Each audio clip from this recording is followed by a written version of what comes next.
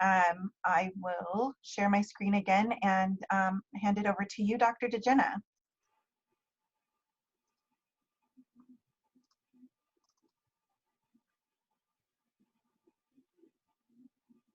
You are good to go. Yeah, I'm not.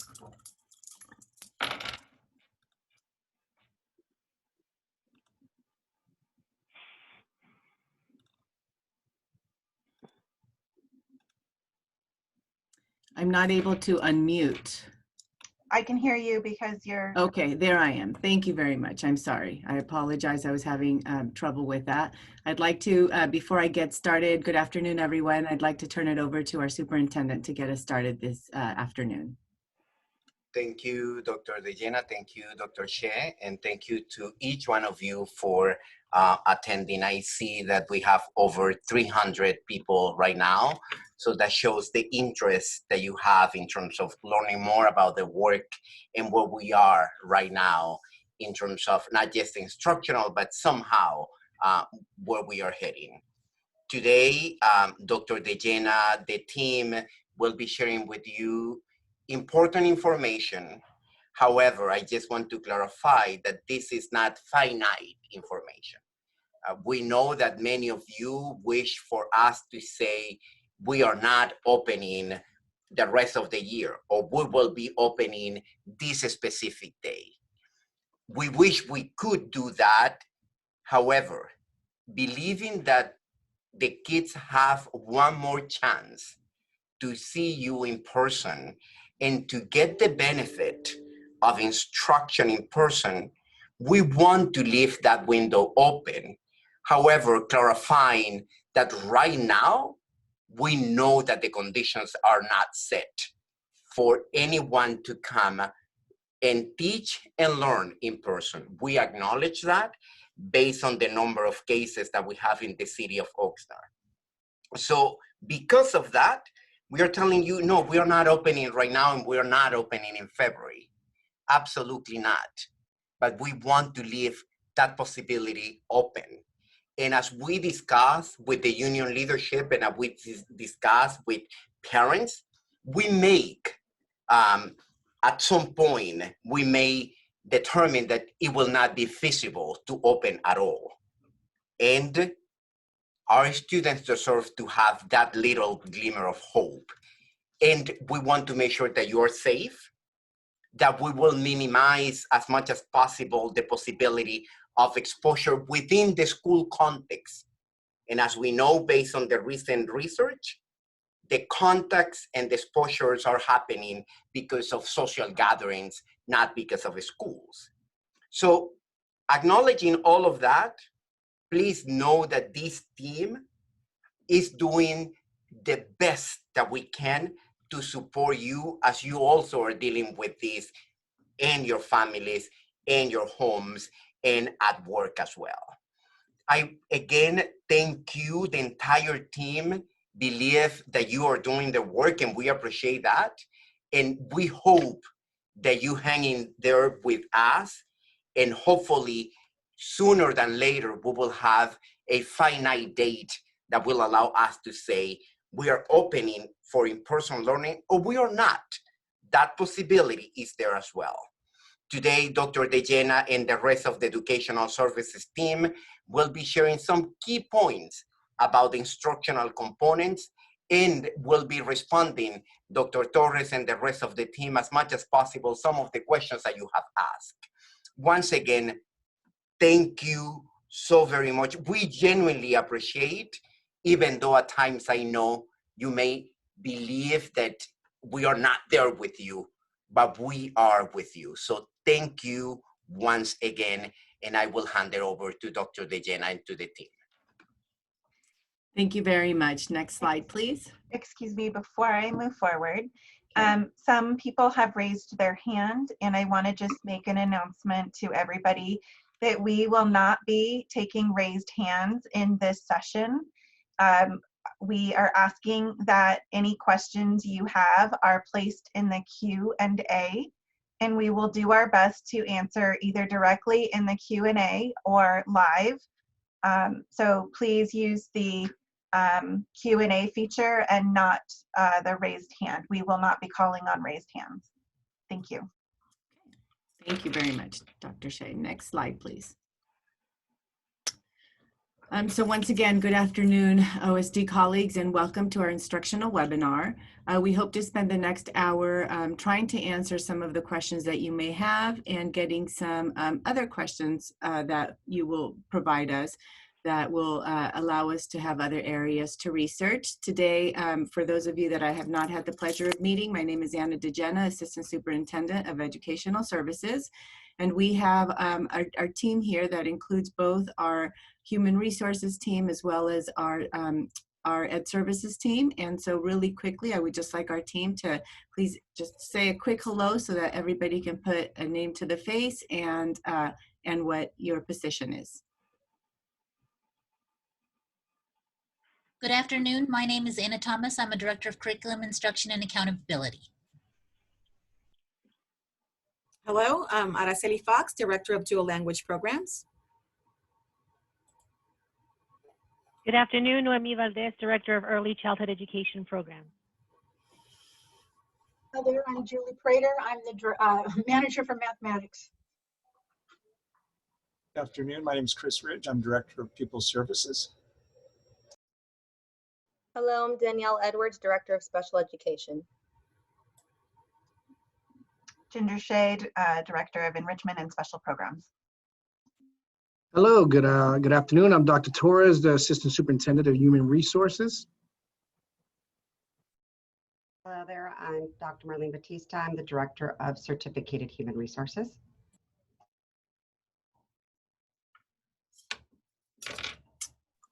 And I think we're missing Norma Magana. So Norma, you are on mute, so you need to unmute yourself to introduce yourself. You're still muted, Norma. Okay, we're ready. Good afternoon, everyone. This is Norma Magana, and I'm the Risk Manager for the district. Okay, I think we got everybody. Thank you very much, and once again, welcome. Next slide, please.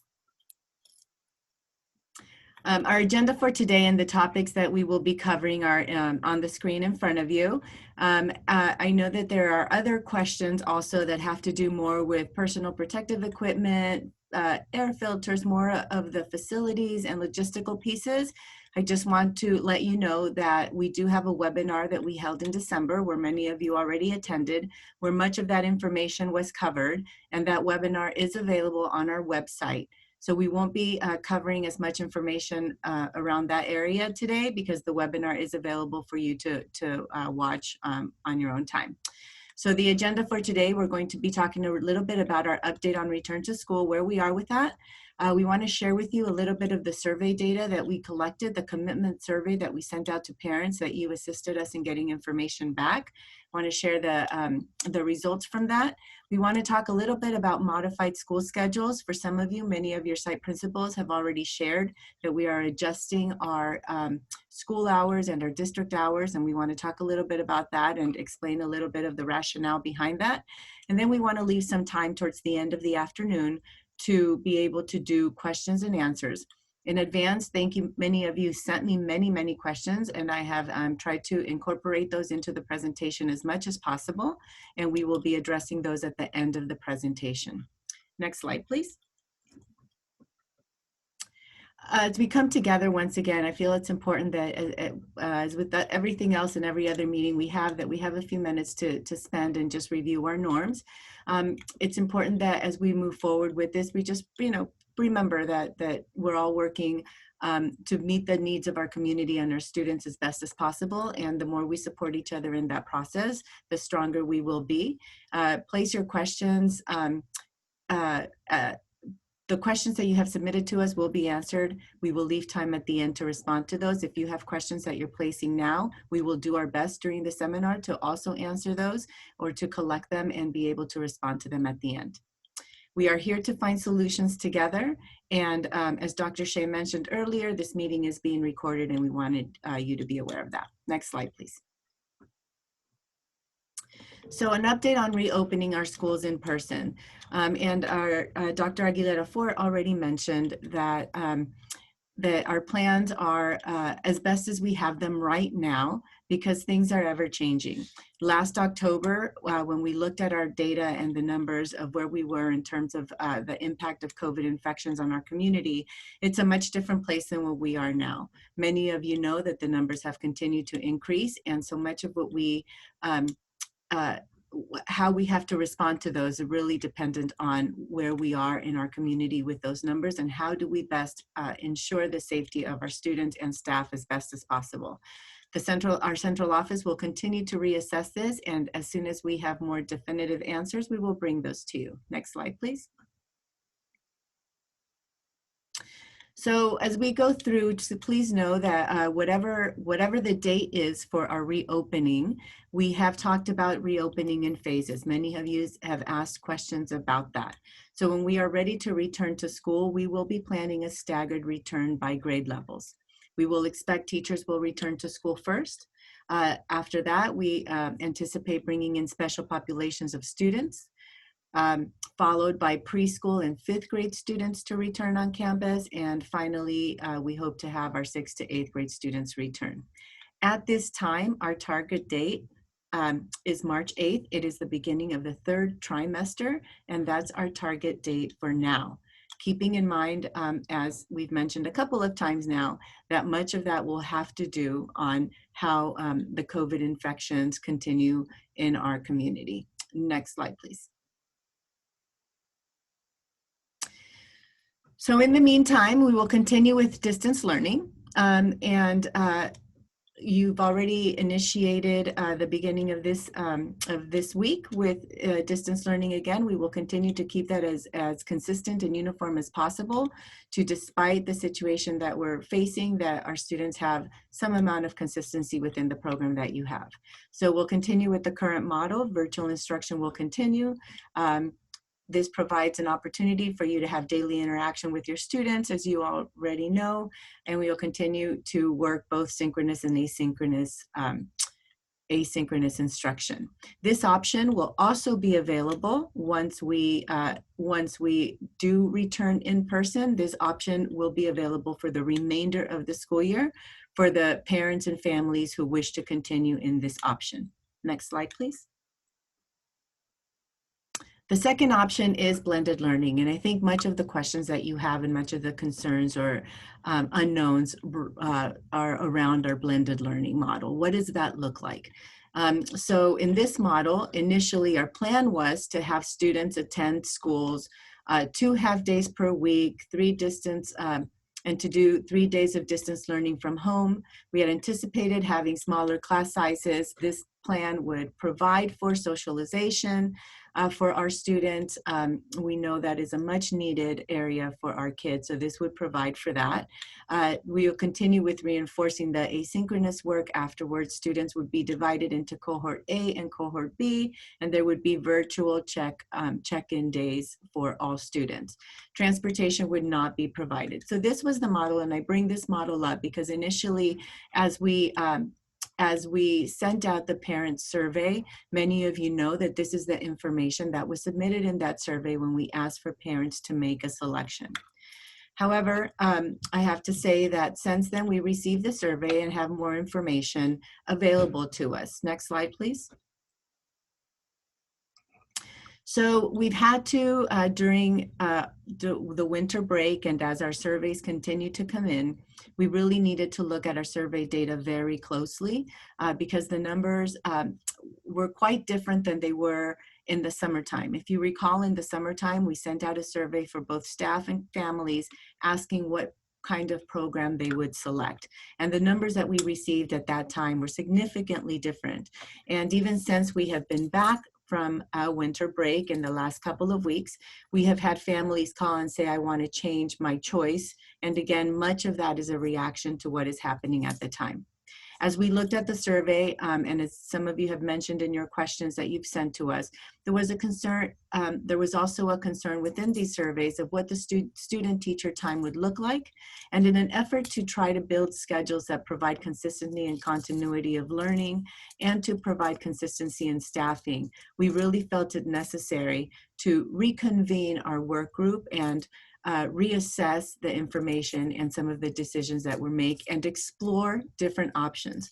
And I mean explore options, and we brought in a team from OEA and our district team, and we worked very collaboratively exploring these options. No decision has been made about what these models look like at the moment, but we are exploring different options so that we can try to maintain some consistency and continuity of learning, and so that we can try to also maintain some stability within the staffing. So I want to share some of the survey data with you so that you have a better understanding of why we needed to revisit our decisions on the hybrid schedule that we had proposed. Next slide, please. So as we received our parent data, our community data and our parent data, this is how the information came out. So we've had 10% of parents that we have not received responses for. Our schools, our school staff are all working still to try to connect with all of the families to get a confirmation from them. But as you see on the screen, 48% of our families, given the current situation in our communities, have selected to stay in a distance learning environment, even when we do come back in person. And 42% of our families have indicated to us that they would come back in person. Next slide, please. I'm not going to go through every single school here, but I do have it there for you, and hopefully it's large enough for you to see how it falls within all of the different schools. And you'll see that though there are some slight differences at some of our schools, for the most part, the schools are pretty close to split down the middle in terms of the selections and the choices that parents made. Our orange bar indicates that parents who selected distance learning, and the blue bar, blended learning. So as we looked at this, we needed to really have a conversation about what does that mean in terms of a classroom. So if I have a classroom of 24 students and half of my students want to do blended learning and the other half of my students want to stay in distance learning, I as a teacher would need to be teaching one of those two programs, and in the hybrid model that we had previously proposed, I could not do both. And so we needed to take into account what the staffing would look like. And we would have to, in order to implement that model, which is still an option, it's just we're looking at, are there other options that might better meet our needs? There would be a lot of disruption, or a lot of movement of students, I should say, from one class to the other in order to be able to staff all of those two separate programs. In addition to that, we know that there would be staff that would be unable to come back, and so we had a conversation with OEA to talk about how will we go about staffing those programs. And again, given the number of parents who selected to stay on distance learning, we wanted to revisit the model. At this time, we don't have a proposed model for you. We are still working collaboratively with OEA and with our district team to try to come up with a model that will meet the needs and provide the least amount of interruption to learning, and the least amount of interruption to our current staffing, and the least amount of interruption to the needs that are so important, and that is the connection that happens between the teacher and the students. And how do we do that without having students in the third trimester start with brand new teachers in a new program? Again, as soon as we are working through this right now, and when we have something more formal and more definitive, we will bring that to you again in this platform. But know that we are revisiting the initial hybrid model that we had sent out during the parent commitment survey. Next slide, please. So today we're going to go over some instructional updates. Since we don't have that model to share with you as of yet, we are going to go into some instructional updates. We're going to discuss a little bit about assessments. What does that mean? Because though we are in this situation, things are still moving out there, and the federal and state requirements are still there on a variety of different areas. And so I'm going to invite the team to speak to where we are in terms of the obligations that we have for state and federal assessments. Anna Thomas. Next slide. Thank you. The state has not waived the requirement to conduct summative assessment. At this time, the direction is that we will have to administer CASP and the summative LPAC. They have developed remote testing capability. Teachers will be able to see students taking the assessment through a video component through the browser. In the testing interface, additional tools have been included to assist teachers with monitoring and communication with students during test administration. The IABs and the practice and training tests have been set up with these features. We are still requiring the administration of IABs, which are due by March 26th. This is an excellent opportunity to practice with the new format and tools and get ahead of any issues for the summative. You should choose an IAB with no hand scoring or an FIAB, a focused IAB, as those are short. Training on remote testing and the new features will be included in our regular pre-test training. In order to facilitate remote testing, the test developers have reduced the CAT portion of the SBAC by half. At this time, that is the only modification to the test. Even with that modification, we may have to expand our testing windows, and you will be notified of that. Websites for educators and families and videos for students and families are in development. You will be notified when they are available. The summative LPAC does contain one-on-one and group testing portions. We are in need of additional assessors. Please look for information about group testing and for a flyer with an opportunity to be compensated for being an assessor. Thank you. Next slide, please. Thank you, Ms. Thomas. Really quickly, I just want to speak back to that a minute. I understand, and I know that I have gotten many emails and many concerns from staff regarding assessments. And I think it is important that I share with you that though I understand your concerns and hear them, we do hear your concerns and understand them. We still have an obligation to meet the requirements of the federal and state government. And so we are on pins and needles all the time, looking to see if something has changed, looking to see if some direction has changed. But at this time, this is what we have. Our LPAC is set to start. I believe Ms. Thomas mentioned that we're set to start that in February. And we are waiting still, I believe, January 27th or a date like that is when the state's going to give us a final final information on details of that assessment and some of the changes. So we understand, we hear you. Your concerns are not being ignored. We are just having to continue to respond to the obligations that we have as a district and to the state and federal requirements. So I just thought it was important for me to share that with you. Next slide. This time I would like to invite Dr. Fox. Thank you, Dr. DeJenna. So with the elementary school report cards, as you know, there was a lot of talk previously of using a new standards-based report card. That will not be the case for this coming trimester, for this trimester we're in. For the transitional kindergarten, the TK report card continues to be the same. There are no changes to that, and that was similar to last trimester. For kindergarten through 5th grade, we will be doing the same thing we were doing this past trimester, which includes the narrative that needs to connect back to the progress towards grade level standards for the student, a description of the language development, and the level of engagement of the student. In addition, the STAR parent reports will have to be provided to the parents in the language arts and also in mathematics. Next slide, please. We will be reaching out to you and providing you information in regards to report cards and trying to get ahead of that so that by this spring we will be offering professional development and informational opportunities so that you are familiar with the report cards prior, hopefully prior to the summer, and we are well prepared to carry out our new report cards in the fall of 21. And at this time I'd like to invite Danielle Edwards. Ms. Edwards.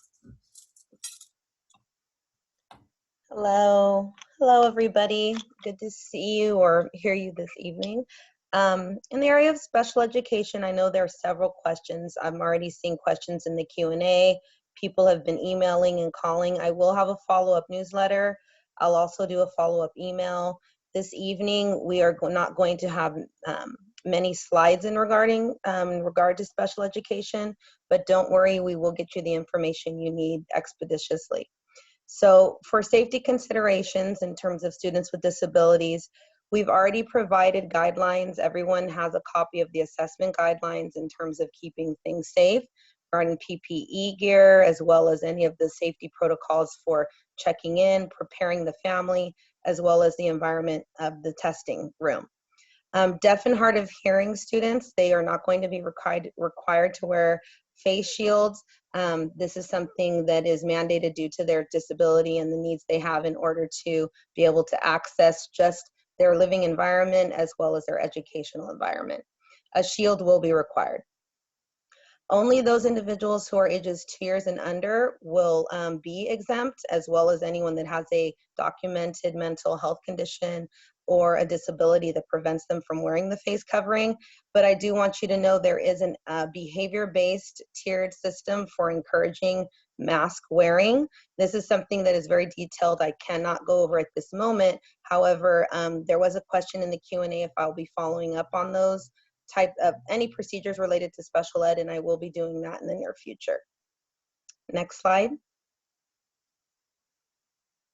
As far as IEP procedures, they will continue to be in Zoom, but they can be in person. This would be if there is a request, but all public health safety guidelines must be followed. As I said, Zoom IEPs will continue. All timelines must be followed. There was a question I wanted to address that's been coming up and it's not in these slides, and that is as far as testing in the current, right now in the current time, we will continue with our same procedures. They will be in person. You will be able to test past the 1 o'clock closure of the school campus. However, you must do this with the in alignment with the calendar that your principal is maintaining. So please make sure you've informed them and you work with them in order to make sure you're able to be on campus only for special education assessment timelines. Thank you. Next slide, please. Dr. Shea. Gotta need a second to catch up here. Regarding Canvas, we know that all of our teaching staff and folks that are using Canvas with their students are asking for some level 1 and level 2 trainings. So we've added some additional training sessions in OMS for the month of January. We are continuing the drop-in hours with Brianna Varela and Chris Thorpe on Tuesdays from 11 to 12, and then again from 3 to 4. And for some of our lower grades, Canvas has actually started providing some live sessions to support littles, specifically TK2 focus.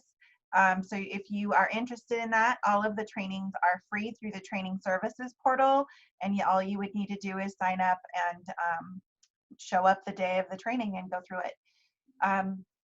We also have some higher level trainings for people who are moving forward with Canvas, and welcome any questions or ideas that you have regarding.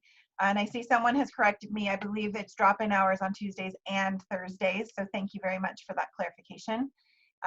So thank you. I'll forward this, Dr. DeGenna.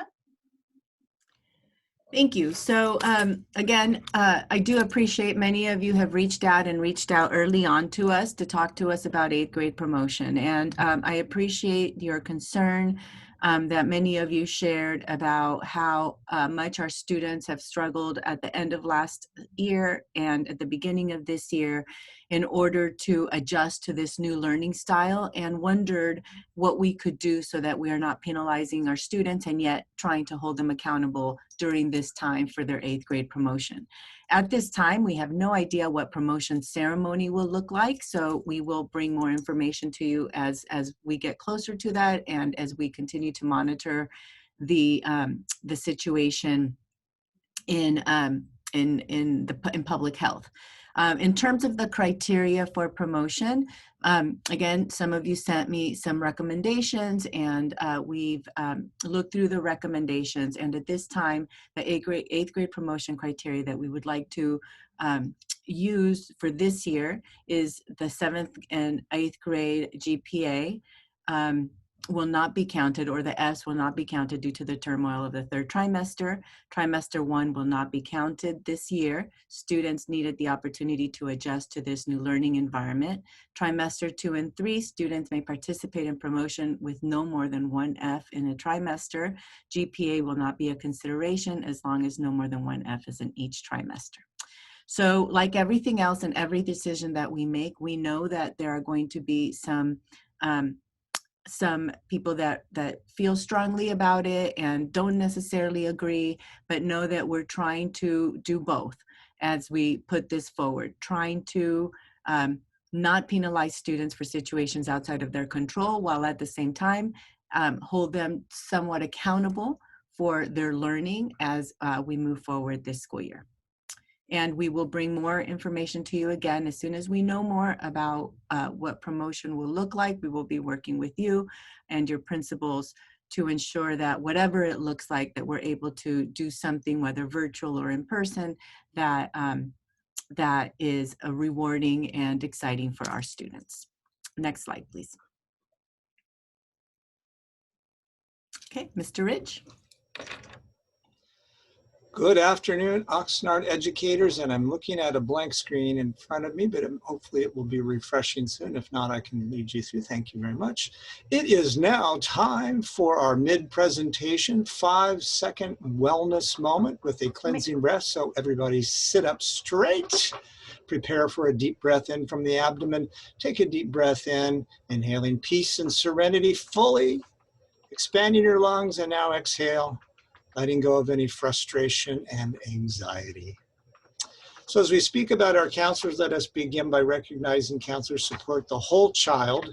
As such, they do that through support of social emotional learning, which is directly connected to academic success. We know this from research.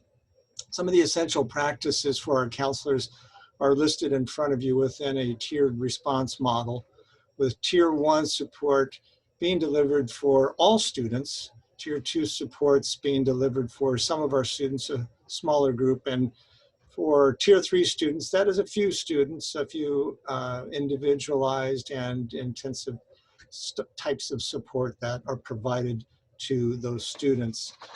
And as I conclude the presentation of our counselors, I do want to make sure that everybody out there knows that new National School Counselor Week is coming up at the beginning of February, and let us fill the buckets of our counselors who are throughout the rest of the year doing such a great job of filling our buckets. Thank you. Next slide, please. And of course, after every slide, I have to add a couple of comments, and I would just want to say, please make sure all staff at our schools are really working collaboratively, working with our counselors so that we are in touch with what our students' needs are right now. We know that many students are struggling very much during these times, and that it's more important than ever not to wait for there to be a crisis, but to try to do some Tier 1 counseling on the front end and have opportunities through different community circles or whatever it may be to engage students in conversations so that they are feeling connected. I know at our middle schools, many of you have voiced concerns about the students not feeling connected and the need to be on campus. And though we can't do that because of the safety reasons, we do want to encourage all of you to do as many activities and opportunities where virtually we can try to connect our students to the school setting. And I'll turn it back over to Dr. Shea. Hi, just before I start speaking about sports and the after school program, I do want to remind everybody that we are not going to address or answer any questions of raised hands. If you have a question that you would like us to address, please put it in the Q&A, and we will either answer it in the Q&A or promote that to be answered live towards the end of the presentation.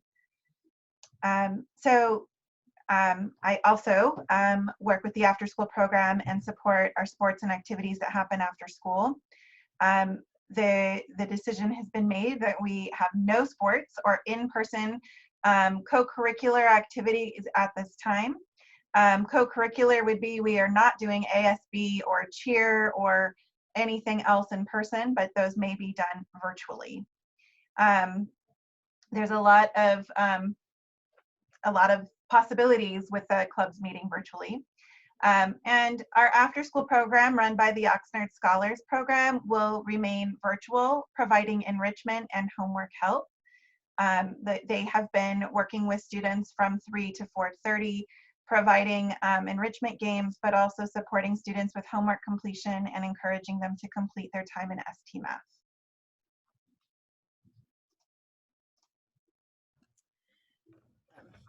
If we can go back to the previous slide really quick.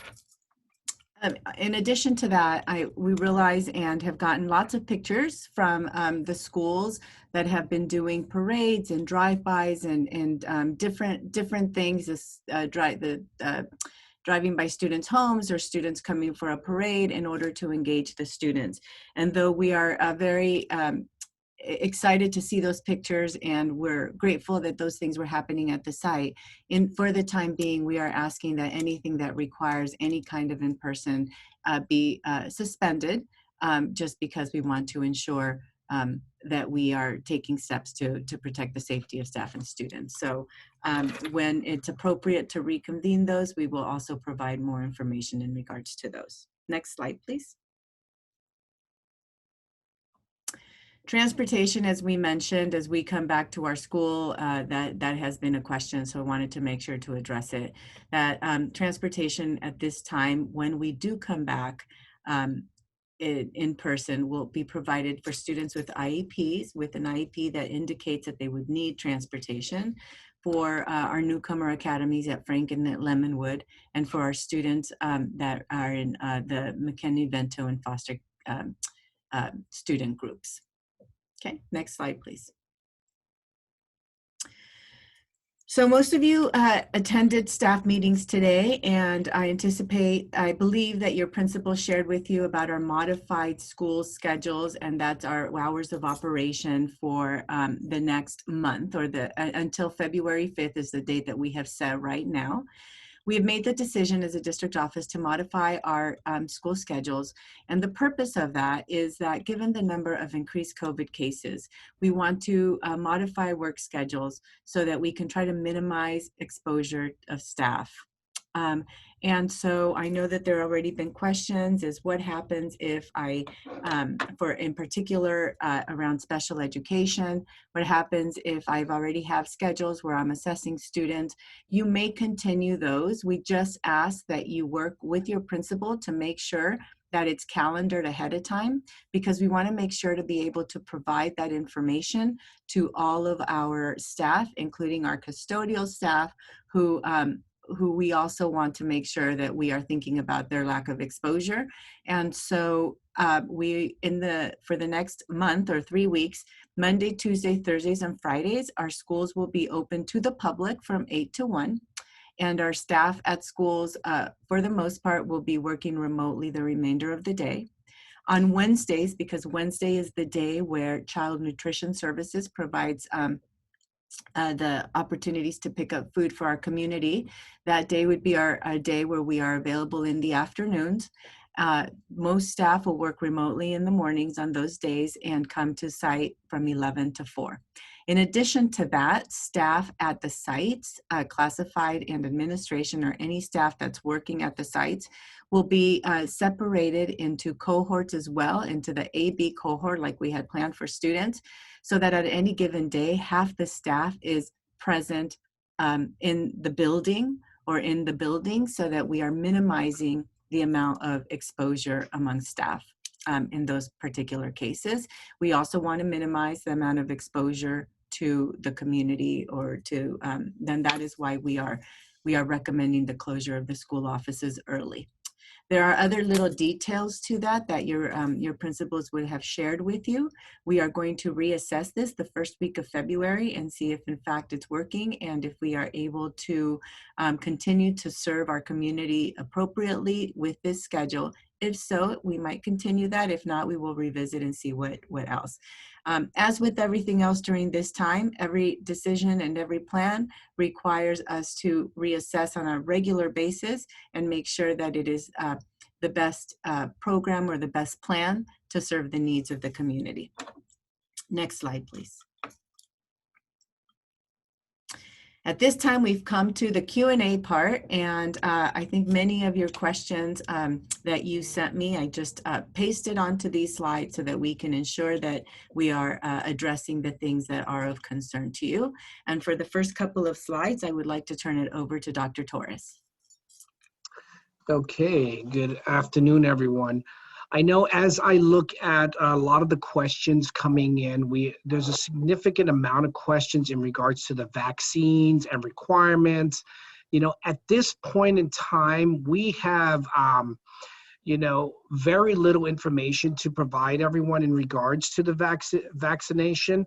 I do know that, you know, currently right now, the education field is currently scheduled in what's considered 1B, which is the level of priority for vaccination. And the anticipated window for that is somewhere in mid-February to March. However, I did receive some information literally 4 minutes before we came onto this webinar that I guess the Ventura County Public Health has increased certain groups, such as our school psychologists and our school nurses, to phase 1A, which basically indicates that school psychologists, school nurses, physical therapists, occupational therapists, LVNs, health technicians are now eligible to actually get the vaccine now. And in regards to, I know there's a lot of questions in regards to, will the district be coordinating, you know, vaccinations at various locations? The information we have right now is that there is a website that employees or school employees are able to go in and register through the Ventura County Public Health to get vaccinated. And they are required to bring proof of a specific position or work location. So if you're a psychologist, you would need to bring proof showing that you are a school psychologist. So that information will be coming out, like I indicated. We just received that information literally just a few minutes prior to this webinar. So for our school psychologists, nurse, physical therapists, we will go ahead and get that information out. And as more information continues to come in regarding the vaccination, we will go ahead and get it out and to our staff as soon as possible. And, you know, the other question that is coming up is whether or not we will be required, will students be required, will staff be required to have the vaccination in order to come back. At this point in time, we have no information in regards to what the requirements are. And unless the state requires employees to receive that vaccination, you know, there's very little requirements from information that we have right now regarding the requirements in order to either come back to school or, you know, come back to work. So we had a lot of questions regarding that. So hopefully, you know, like I said, as information continues to come out, we will go ahead and, you know, push it out there and let you know exactly what's going on. Now, I know that there's also been some questions in regards to COVID notification and, you know, what's the process. Currently, you know, the school district is a small subset of the community. So therefore, as you see an increase within the community, yes, we have had an increase in positivity rates with our staff. And at this point in time, still remains that it appears that none of our COVID cases have been attributed to a work-related incident. So, and we can identify that through our contact tracing. And so, I mean, that's the good thing. And, but I mean, it just shows you that, you know, these gathering at homes or activities how they're contributing to the positivity rate within the school district. So one of the things that as soon as you know that you're positive or that you've come in contact, you contact the Human Resources Department, and we have individuals here that are basically, it's an intake where we ask you a bunch of questions. You're providing us that information, and based on that information, it determines what route we will go or what we need to do. And if there is a contact tracing, what we do is we will contact those individuals that have been identified as being possibly exposed. We will contact them and make a phone call to them, let them know they need to quarantine and for how long based on the contact period. And then at a specific school site or a work location, a letter is being sent out to the administrator of that location. If it's a school site, we're sending it out to the principal, and the principal is forwarding out that letter to the staff on campus, letting them know that basically that there has been a positive case, and specifically what was the date of the positive case. Now, in some instances, we might have individuals that are positive, but they have not been on campus for 3 weeks. So an incident that way, we will not send out a notification to the school site because of the fact that the individual has not been on campus during the window, the 10-day window, of which is the exposure window, which we are currently working with now. So that is why in some cases, some individuals might, well, why isn't the district notifying us, or why didn't I get contact? That is the process. We contact the individuals in person that have been identified in the contact tracing. If you do not get a phone call from the district, from us, that means that you have not been identified in contact tracing. And once again, a notification will go out to the employees of that site or department only when they fall within that 10-day exposure window. So that is currently, let's see, most of the questions that in regards to COVID testing, vaccinations. The other thing that's important, even though you might have not been on campus and you've been remote teaching for the last 2 or 3 months, if you're positive, please notify us, because as a district, we are required to keep track of our employees that have tested positive. So you, like I said, yes, you haven't been on campus or you haven't been on the school property, you still need to contact HR and let us know and inform us of your that you are positive. And okay, so let me just browse through some of these questions and see if I've touched on most of the risk management safety components of. And there are some questions in regards to cleaning schedules, what kind of equipment. As Dr. DeJena indicated, we had a webinar prior to us going out on break in which we discussed and provided a lot of detail in regards to the cleaning aspect and the PPE aspect of coming back to school or in person, or the requirements of testing and things like that. So, okay, that is it. Unless Norma, if you have anything else you would like to add to that discussion. We have one more slide for you. No, Dr. Torres, you covered everything. Thank you. Here's another slide for you.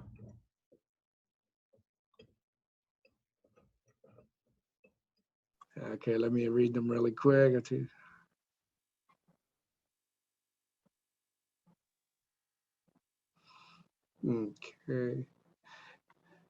Well, I see a question in regards to teachers being hired to ensure proper social distance. Prior to us beginning the school year, there were several additional teachers that were hired in order to lower class sizes in various grade levels. So those teachers, we did hire some additional teachers once at the beginning of the school year to ensure that we were able to at least reduce some of the class sizes when we did return to to a blended learning model.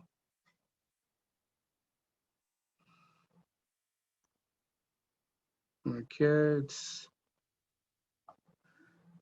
I see some questions on here. If a teacher or a student becomes positive or tests positive, we will end up doing the exact same thing, in regards to what we're currently doing. We would do our contact tracing for the students down at the school sites. In regards to our teachers, we would conduct a contact tracing, and if they need to go and quarantine, basically what we'd be looking at is, reverting to a remote learning model for that specific cohort or those groups or those individuals that have been identified as have had close contact.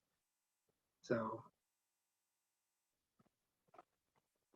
and in regards to, I know there's a question here regarding assignments and distance learning. At this point in time, we have not identified teachers that will be going into distance learning. We are working with OEA and looking at what process we would use in regards to whether or not what priority we'll be setting in regards to individuals that would go into a distance learning model. So, Dr. Torres, there are a lot of questions about how sick leave is used and provided that are coming through the Q&A, as well as I think through the survey. And I think they're asking to understand how, if they are out on COVID leave, how that works. Okay. All right, good question. Obviously, prior to December 31st, we actually had the FFCRA emergency leave, which provided 10 days of COVID leave, to say, or leave if you were positive, sick, or you had to came in contact. As of January 1st, they did not extend that leave. So therefore, if individuals are come in contact or are positive of having a COVID, basically the process is you would call the district office, we would do an intake, and based on that intake, we would take a look to see whether or not you can do remote teaching, in which in most cases, in all cases on the certificated side, our teachers do have the ability to do remote teaching. So if you're able to continue with your remote teaching, you will go ahead and continue to remote and not need to take any sick time.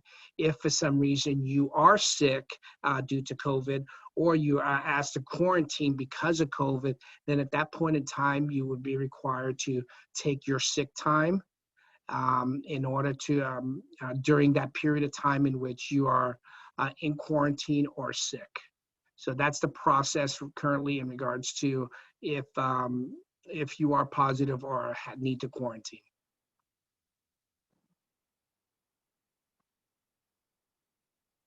Okay. And there's a question here in regards to testing. Okay, so basically in regards to testing, upon us returning to a blended learning model, all staff would be required to test at minimum of 2 every other month. So we will develop a process in which basically individuals that are coming to campus or all staff that service kids or come in contact would need to basically test. And, we'd be looking at every week, we would have a certain percentage of our staff testing. And then every 8 weeks, we would have to retest again. And we're working with the association in regards to, the operational aspects of the testing, or those requirements. So, okay, so that's most of the questions. Hybrid learning. All right, are yours all pretty much covered there? Yes. All right, next slide, please. Well, there's a question here. So if you are exposed and have to isolate yourself, the entire class will go on remote learning, so you're still able to teach? Well, if you're able to, if you have to isolate or quarantine, and you're able to do remote teaching, then that is the plan. Yes.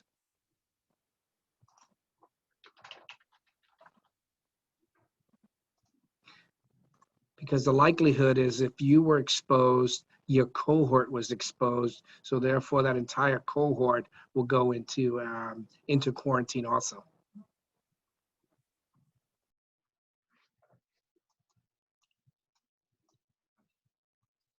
Okay, should we move on to, I think that covers HR and risk management. We can move on to the instructional questions that came up.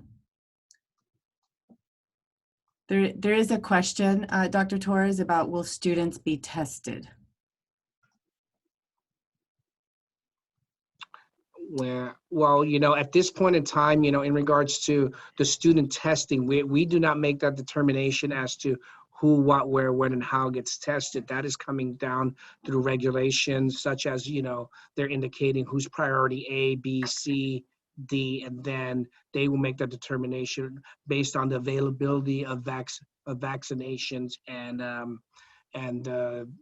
the requirements in regards to safety.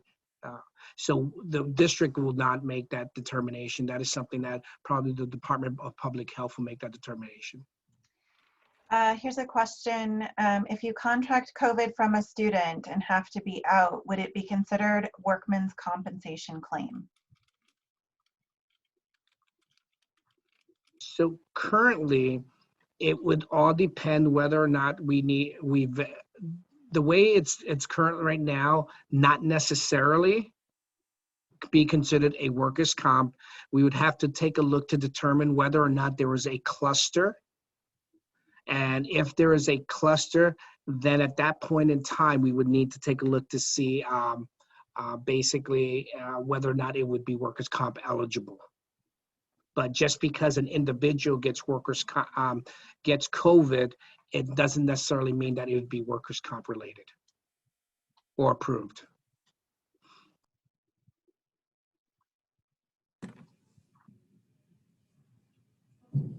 Okay, are we ready to move on to the next one? Next slide. Okay, so these ones are instructional in nature for the most part, and I'm going to try to address them as best as I can. So the first one has to do with, have we considered bringing only one grade level back in middle school as opposed to all grade levels? And this was, somebody also asked us in the chat, and we are looking at this time, we are exploring all options.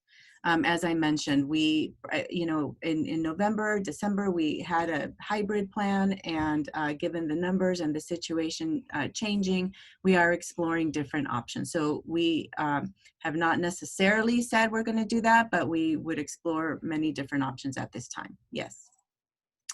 Will we be able to Zoom with our virtual students at the same time as in-person students? When we go to hybrid, there's a concern over losing precious face time with teaching.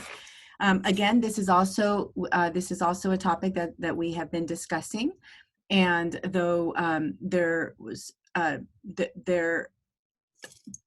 both sides of the spectrum on this. We know that some teachers feel strongly about that not being a good practice, and others wanting to do that. So this is also one of those things that we are exploring, not necessarily as having all teachers do it, but if teachers are comfortable with this plan, could they? And that is one of the options that we're considering.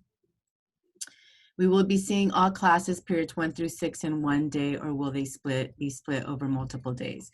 At this time, there is not an option where you would see all 6 kids in one day. We just don't feel that whether you're in a hybrid model or in a distance learning model, that would be a possibility. So that is not an option that we're considering. If anybody has a great plan that has that, please email them to us. We're looking at exploring multiple options, but that's not one that we've considered till now.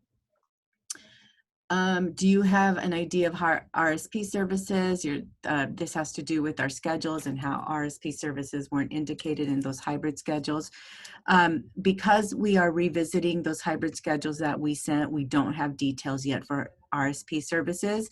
We know that RSP services and RSPs and our RSP and special education teachers have had a tremendous amount of effort has gone into being able to carry out those schedules.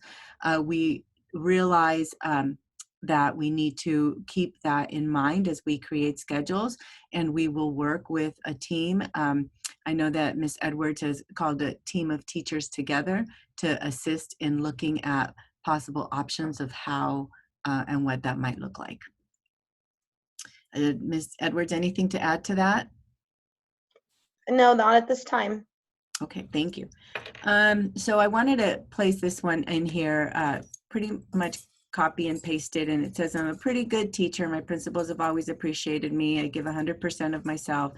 I am so blinded by the hybrid model. How can I possibly do more than I'm already doing in class with the introduction of distance learning? And the reason I put that on there is because it's important to put out there. We know that so many of you are working so hard to try to deliver the instruction as best as possible. I have talked to colleagues and friends who are educators and to many of you, and we understand that we are, that this has created a tremendous amount of work in order for you to deliver this.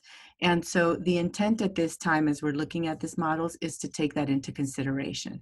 So not to add more and that you would be doing both of those things at once.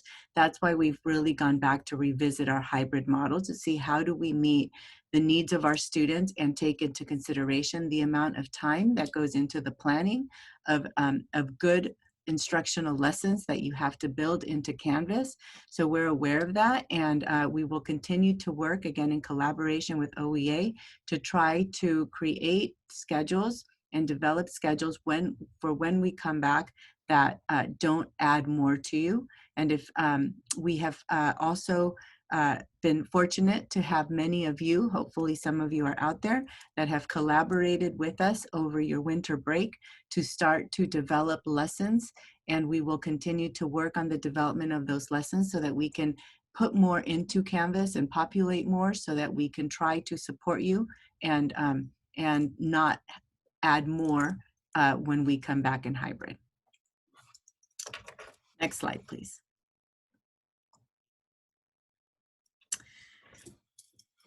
So it says, how will we assign work on Canvas to different groups when we don't see every student in that group for in-person instruction? And that is also part of the task of the group that is working with us. So if I'm a teacher and I have my A kids coming one day and my B kids coming another day, what does my week look like? And the team of teachers that has been working on developing lessons for that will hopefully be able to create some models and samples of what that would look like and how we would manage that. Dr. Fox, anything to add to that? No, we are working in first developing a strong lesson. So the goal of this project is to develop strong lessons that are standards-based with objectives clearly outlined and with assessments. Depending on how we come back, then the tasks would then fit into the different spaces of learning. So we understand that everything is changing, that we are still in the process of identifying how our day is going to look like in the future. So we are creating lessons that will eventually be able to be modified to however we are doing our work. And that's the plan. However, we are also looking at, if we are going with the AB model, we do have some samples of what that day would look like. Thank you. The next question has to do with middle school and teachers switching from classroom to classroom. And initially in the summer, when we created our first plan, that was part of the plan based on the guidance from public health. Later on in the fall, that no longer became the guidance from public health. So that was not the situation that we were exploring. We were going to have students move so that students stayed with their same class and they would move from class to class. At this time, we are given once again as the numbers and the infections increase, we need to revisit and see what that would look like when the students come back, and ensure that we are looking at options that provide for the supervision and safety of students and staff. So again, I think this one was answered, having to come up with 2 lesson plans for every day, 1 in person, 1 for virtual. And this is something, and that is the reason why Dr. Fox is working with a group of you in order to develop lessons so that that isn't the case, and what might that look like once we come back into a hybrid schedule. Next slide, please. Who will supervise students during meal times? At this time, all of the schedules that we are considering for hybrid students will be home before lunch, so that there will be no lunch time. We are looking at the models that would include a very minimal, dry breakfast in the classroom. So as students come in and start their day, they would be taking breakfast into their classroom. Child Nutrition Services has worked to ensure that it wouldn't include milk and things that would be messy or spill. And so we're minimizing the impact of that. So they would be having breakfast in the classroom, and no lunch supervision would happen because students would be home. If teachers are responsible for supervising students when they get compensated for additional responsibilities, and again, the supervision would be in your classroom as part of your opening, the students would be eating something dry, and it shouldn't have great impact or require additional supervision. Students will be supervised during passing periods. Again, this continues to be with middle schools a big concern across everywhere. Is just having middle school kids maintain 6 feet distancing. And we know, those of us that have worked with middle school kids in middle school love to hug and touch, and we would have to have supervision, and I need to consider staggered schedules, even if it's a few minutes as they leave, so that we have sufficient supervision. Students need to use the restroom during class time. We would have supervisors that are monitoring the restroom so that we can make sure that as much as possible we're maintaining that distance. Students will be able to share materials. Our intent is not for students to share materials. Our intent is to have individual materials for all students. We are looking at when iPads die, we are looking at getting additional charging alternatives so that students do have access to those in the classroom. During lack of currently synchronous time, how will 1 hour face-to-face? That is one of the big concerns that we did have as we looked at our hybrid schedule, is how can we create a schedule or make changes to this schedule that would provide us more face-to-face with the students, whether it's virtual or in person. Can teachers with BCLAT stay self-contained during COVID to avoid more exposure, bigger groups? Can we stop distribution of materials into numbers in Oxnard and staff isn't as exposed? In terms of the BCLAT, the dual language programs, we would create a model where the students would stay with one teacher one day and another teacher another day. We would not just do self-contained, because in many of our dual language programs, though one of the teachers has a BCLAT and can stay self-contained, your partner teacher often not able to do the Spanish instruction. And so we would want to continue with our model to ensure that our students are getting continuity of the program. And in terms of distribution of materials, that is something that we recommend that you discuss as a site. Some materials that are not necessary, that are not essential for learning, we can discontinue. I know that some teachers have shared that the materials that they're distributing are necessary and essential for learning. And so though we want to minimize that exposure, we realize that we can't cancel it all, but we would let that decision be made at the site level, depending on what it is that you are providing that can't be provided virtually or that can't be provided on Canvas. Next slide, please. Okay, so that is the questions that I have. Those are the questions that up until, I believe, noon today you sent to us.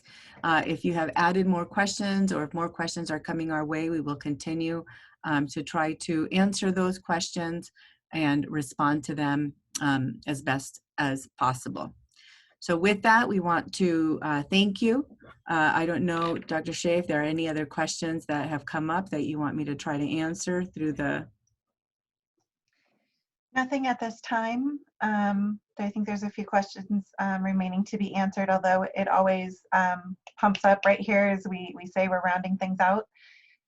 Give me just a second to read through what's here. Okay.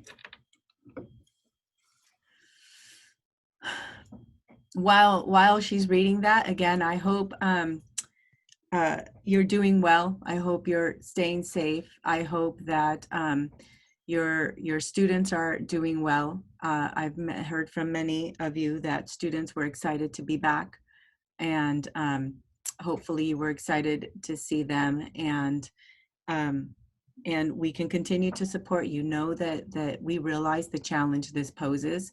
We hear you. We hear your concerns. We want to work with you, collaborate. We are working also as things change to adapt to the ever-changing dynamic that we're dealing with. So keep sending emails with questions and recommendations. We read them all, and hopefully embedded in some of our decisions, you will see some of your recommendations. So I appreciate those of you that have sent them to us because they do make a difference. Anything, Dr. Shea, or are we good? I think we're good at this time. Okay, so thank you very much, Dr. Aguilar.